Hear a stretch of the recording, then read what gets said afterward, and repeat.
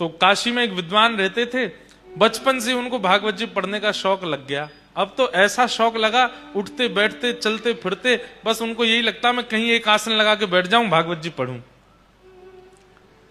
परिवार के बच्चों के साथ खेलने भी जाते तो बच्चे खेलते, वो बैठ के अपने भागवत जी पढ़ते रहते। सब लोग गंगा स्नान के लिए जाते, वो गंगा स्नान करके तुरंत भागवत जी पढ़ने लगते। सब ब्याह में गए, वो पीछे बैठ के भागवत जी पढ़ते रहते। इतना भागवत जी के प्रति आदी हो गए कि कोई और कामकाज उनको भाता नहीं था। घर वालों ने कहा ब्याह करा दो इसका, अपने आप बुद्धि ठिकाने आ जाएगी। कोई काम नहीं करता, धंधा नहीं करता, पूरे दिन ये किताब सी पढ़ता रहता है। किताब नहीं है, साक्षात कृष्ण है भागवत जी। घर वालों ने विवाह करा दिया। विवाह के बाद भी वही बात है ना, ठाकुर जी जिसको पकड़ ले वो कैसे भी नहीं बदलेगा। विवाह के बाद भी भागवत जी को नहीं छोड़ा। रात्रि में नींद खुल जाती है तो उठ के हाथ मुंह धो के आचमन करके भागवत जी पढ़ने लगते हैं। सुबह उठते हैं तो भागवत जी पढ़ते मिलते हैं, दोपहर में तो भागवत जी। पत्नी भी कुछ दिन तो सहती रही, उसको भी लगा ये कुछ करते धरते नहीं। एक दिन पतिदेव से कहा गृहस्थ आश्रम में आ गए हैं, थोड़ा कुछ कार्य धंधा भी किया कीजिए। देवी हम आपसे एक सत्य बात कहें। बोले क्या?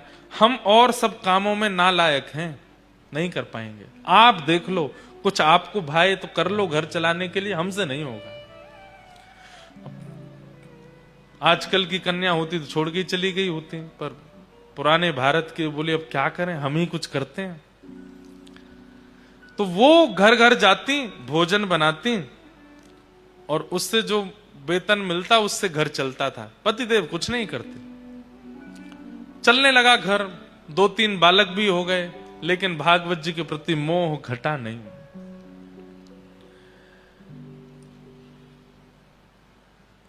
एक दिन कुछ संत आए घर में। अब इतनी कमाई तो होती नहीं थी पत्नी की, थोड़ी बहुत होती थी जिससे कि बच्चे और ये लोग प्रसाद पा लेते थे। आज का प्रसाद पा लिया, नया राशन शाम को लेके आना था बाजार से। उसी बीच में संतों की टोली आ गई। और प्राचीन भारत में संत जन बता करके पूछ करके नहीं आते थे, बस आ जाते थे। और द्वार पर आकर के बस प्रार्थना भी नहीं, द्वार पर आकर के बस कहते थे कि हम इतने संत हैं, हमारी व्यवस्था करो। अब घर उस समय के भारत के लोग पूछते भी नहीं थे, व्यवस्था करते थे। संत आए, संत आ गए, आकर के घर में बैठ गए। पत्नी ने प्रणाम किया, पतिदेव भी आए, प्रणाम किया दोनों ने। बोले भगवान बड़ी कृपा। बोले हम 12 मूर्ति संत हैं, अयोध्या से आए हैं काशी दर्शन करने। आपके घर के बाहर तुलसी वन देख करके, गैया देख करके हमको लगा कोई विप्र ब्राह्मण हैं, हम 12 संत प्रसाद पाएंगे, तैयारी करो। अब पत्नी दौड़ी रसोई में, पीछे से ब्राह्मण देवता भी आए, देवी बनाओ। बोलो कहां से बनाए, सब तो खत्म हो गया, राशन लेकर के आना है। तो बोले 2 पैसा ले आए राशन। बोलो कहां से दें, सब खर्च हो गया इस महीने का, इस महीने की पगार अभी मिली नहीं, कल मिलेगी, फिर राशन आएगा, फिर बनेगा। पत्नी तो व्याकुल हो गई, मैं हमेशा संभाल लेती हूं, इस बार आप संभाल लीजिए कुछ। अब पतिदेव बोले देवी तुम तो जानती हो हम तो कुछ करते धरते नहीं, हम पे तो 1 रुपया भी नहीं है, कैसे हम कैसे संभालें, कुछ तो कीजिए। कहीं से भी संत जन बैठे हैं, इधर जामे उधर जामे सब, लेकिन कोई व्यवस्था नहीं बनी। बहुत देर हो गई तो संत समझ गए कि यहां कोई व्यवस्था नहीं है, संकोच में ये हमसे बोल नहीं रहे हैं।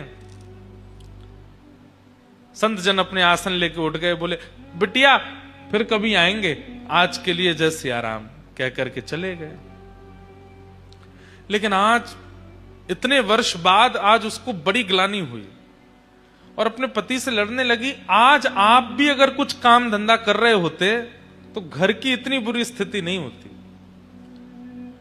मैं घर घर जाती हूं, रोटी बनाती हूं, पगार मिलती, घर चलाती हूं, बच्चों को पढ़ाती हूं। अगर आप भी कुछ कर रहे होते तो कम से कम इतनी व्यवस्था तो होती कि कभी संत महापुरुष आ जाएं तो प्रसाद पवा दें। बस पूरे दिन भागवत जी भागवत जी भागवत जी। अरे बचपन से अब तक आप इतना भागवत जी का अध्ययन करते आए हैं, क्या दिया भागवत जी ने हमको? कुछ भी तो नहीं। आप कहते हैं इनको किताब मत बोलो, पुराण मत बोलो, ग्रंथ मत बोलो, कृष्ण है। कृष्ण है तो देते क्यों नहीं कुछ भी? इतना जीवन आपने समर्पित कर दिया, अपनी पत्नी का ध्यान नहीं रखते, बच्चों का ध्यान नहीं रखते, अपने पूरे खानदान का ध्यान आप नहीं रखते, पूरे दिन वो कृष्ण रूपी भागवत में लगे रहते हैं। क्या दिया भागवत जी ने हमको? जिस घर से संतों को भूखा जाना पड़ता हो, ऐसे घर में भागवत जी को मैं कृष्ण नहीं मानती। देवी ऐसा मत बोलो, तुम अभी जानती नहीं, वो साक्षात श्री कृष्ण है। मैं जब अध्ययन करता हूं, मुझे नृत्य करते हुए, बोलते हुए श्री कृष्ण दिखाई देते हैं। तो ऐसा है, फिर आज एक काम कीजिए। बोले क्या? अपनी उठाइए भागवत जी और चले जाइए, घर में संभाल लूंगी, बच्चों को मैं संभाल लूंगी, सर्वस्व आपकी भागवत जी हैं। जिन भागवत जी के कारण हमारे पति की स्थिति ऐसी, संतों को भूखा जाना पड़े, मैं उनको अब घर में नहीं रखने दूंगी। इतनी बड़ी बात हो गई। पत्नी के इतना बोलने पर पतिदेव बोले, दुनिया कृष्ण को घर में बुलाती है, तुम घर से निकाल रही हो। देवी इससे ज्यादा अब मैं सुन नहीं सकता, अब तुम रहो अपने बच्चों के साथ प्रेम से, मैं चलता हूं। अपनी पोथी उठाई और रोते बिलखते, ब्राह्मण देवता मेरे कृष्ण हैं, मेरे ठाकुर जी हैं, हृदय से लगा करके निकल गए। गंगा के तट पे जाके बहुत रोए, बोले मुझे कुछ भी बोल देती, मेरे को मार भी दे, पीट भी दे, मैं सह लूंगा। हे ठाकुर जी, हे भागवत जी, आपके लिए क्यों कहा? जब रोने लगे वो ब्राह्मण देवता, भागवत जी को हृदय से लगा के, ठाकुर जी से सहन नहीं हुआ। ठाकुर जी मन में विचार करने लगे, भैया ये 40-41 वर्ष के हो गए ब्राह्मण, और जब से इन्होंने होश संभाला तब से केवल भागवत जी का ही अध्ययन किया, भागवत जी का ही पाठ करते हैं, कुछ काम कुछ भी नहीं, सब कुछ मुझे अर्पित कर दिया, और आज भागवत जी के लिए 2 शब्द गलत सुन के घर से ही निकल गए। मैं जाऊंगा। और काशी में छोटे से गोपाल जी प्रकट हो गए, और प्रकट होकर के ऊंची धोती पहन करके, सिर पर बढ़िया स्वाफा बांध करके, और बढ़िया कजरारे नेत्र हैं ठाकुर जी के, हाथों में कड़ूला पहने हैं, पैरों में सुंदर पाजेब पहनी है, कमर में करधनी पहनी है, गले में कंठा और एक सुंदर बगनखा पहना है, कानों में छोटे छोटे सुंदर हीरे के मोती हैं। ऐसी अद्भुत छवि ठाकुर जी की, लेकिन अपने सिर पर डलिया लेकर के कुछ बेचने वाला व्यक्ति होता है, ऐसे बन करके निकले। लेकिन सब इनको देख करके आश्चर्यचकित हो रहे हैं। क्यों? बोले भैया रोड पर कुछ सामग्री देने वाले व्यक्ति के रूप में इतना आकर्षण, वस्त्रों में इतना आकर्षण, चाल ढाल में इतना आकर्षण, ये तो बिल्कुल ललित गति, टेढ़ी मेढ़ी सी चाल, और ऐसे सुंदर सिर पर डलिया लेकर के, और बढ़िया स्वाफा सिर पर बांध के, एक स्वाफा कंधा पर डाल के, पसीना पहुंचते भय, और चल रहे हैं। जो देखे वही इन पर लुभा जाए। पहुंच गए ब्राह्मण के घर पर, दरवाजा खटखटाया। पत्नी ने जैसे ही द्वार खोल करके देखा, छोटे से गोपाल जी, गदमदरा से हाथ, गदमदरा से पाम, नेक सो पेट निकरो भयो है, गले में सुंदर हार पहने हैं, हाथों में सुंदर मणि के सुंदर कड़ूला पहने हैं, सब चमक रहे हैं। देख करके वो भी आश्चर्यचकित, इतना प्यारा बालक, इतना सुंदर श्रृंगार करके ऐसे घूम रहा है। कहो बालक, तुम्हारी माता जी कहां है? कहां से आए हो? और इतने से तुम हो, और इतनी बड़ी डलिया भारी सिर पर लेके कहां घूम रहे हो? क्या चाहिए? देखो खाने पीने की वस्तु तो मेरे पास नहीं है, जल पिला सकती हूं। ठाकुर जी खड़े खड़े देख रहे हैं, और तुम इतने प्यारे हो, इतने सुंदर, माँ ने अकेले कैसे छोड़ दिए? कहां है तुम्हारी माता जी? तो ठाकुर जी उसको इशारा करते हैं, हम पे बोलना नहीं आता। अच्छा गूंगे हो? ठाकुर जी बोले, अच्छा गूंगे हो, कुछ लिखने को दूं? लिख के बताओगे? बोले हाँ। लिखने के लिए कुछ दिया, तो ठाकुर जी उस पर लिख रहे हैं। क्या लिखे? बोले आपके पति जो हैं उनका मैं सेठ हूं, आपके पतिदेव का मैं सेठ हूं, वो मेरे यहां पर गुप्त नौकरी करते हैं, और बचपन से मेरे यहां नौकरी कर रहे हैं, आज तक अपनी पगार नहीं लेकर के गए। आज मुझे कैसे भी करके पता चला कि उनको धन की बड़ी आवश्यकता है, तो 12 वर्ष की आयु से लेकर के 41 वर्ष की आयु तक उन्होंने जितना भी मेरे यहां कार्य किया उसकी जो पगार होनी चाहिए वो सब लेकर के आया हूं, आपके द्वार पर रख करके जा रहा हूं, उनको दे दीजिएगा। ऐसा कह करके लिख करके उसको पकड़ा दिया। अब वो पढ़ने लगी, पढ़ते पढ़ते पढ़ते अंत में सोच भी रही है, इतने छोटे से सेठ जी हैं हमारे पतिदेव के। जैसे देखा तो डलिया रखी है, ठाकुर जी तो अंतर ध्यान हो गए वहां से।